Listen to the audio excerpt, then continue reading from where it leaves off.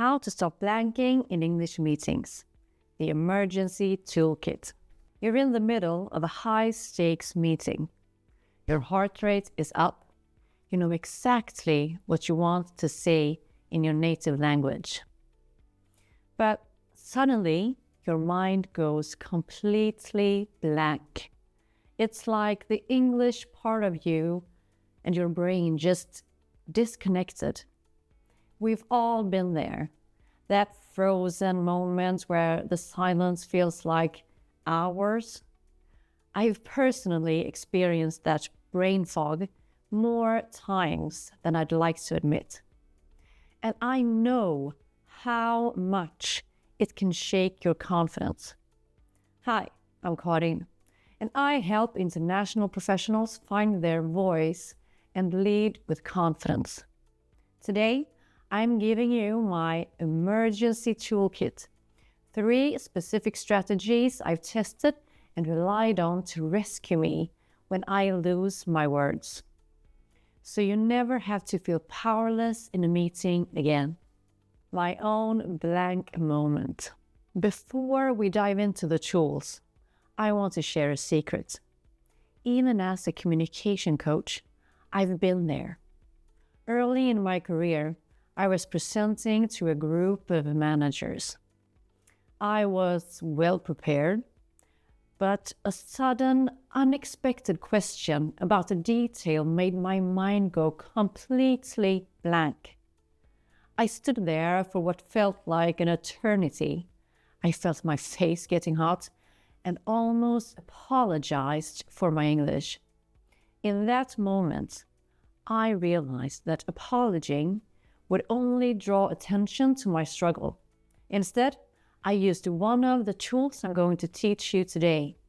It saved my presentation and, more importantly, it saved my authority.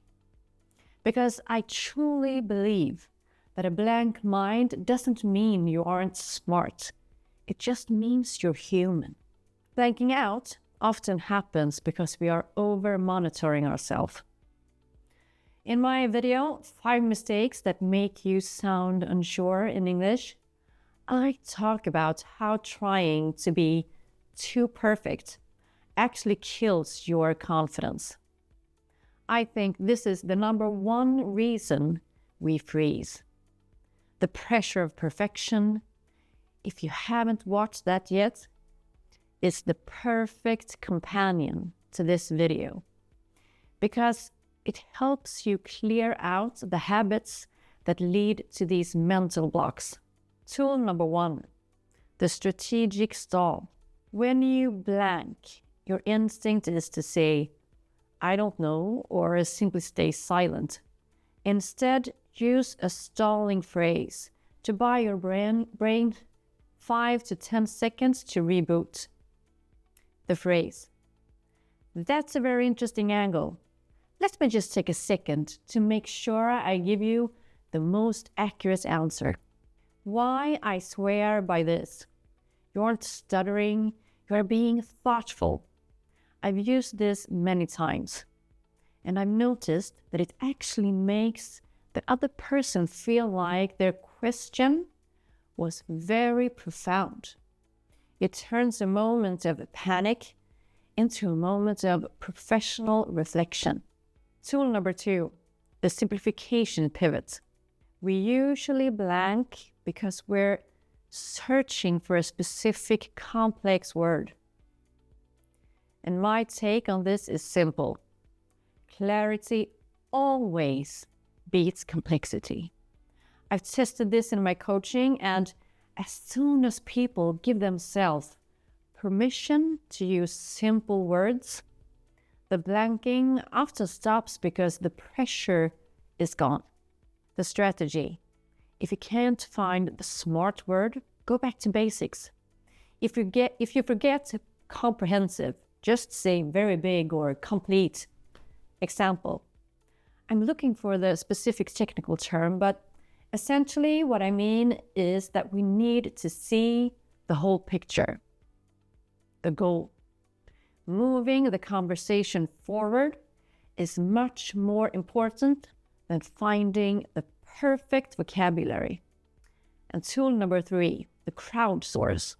If the word just won't come, don't hide it, delegate it. The phrase, I'm having a momentary word gap. What's the term for when we combine these two departments? Right, merging. Exactly, thank you. Why this is so powerful? I used to think this would make me look weak, but I've found it actually does the opposite. It shows you are so comfortable in your expertise that you aren't afraid to ask for a small hand. It builds rapport and shows you're a human leader, not a robot. The Emergency Toolkit isn't about having a perfect brain. It's about having a plan for when things aren't perfect. I want to inspire you. Next time you feel that blank coming on, don't panic. Try one of these tools. You have the knowledge, and now you have the rescue plan. I want to hear from you. What was your most memorable blank moment in a meeting? Share it in the comments below. And let's normalize this together. And if you want more tips on how to own the room, don't forget to like and subscribe to Karin Confident English. I'll see you in the next video.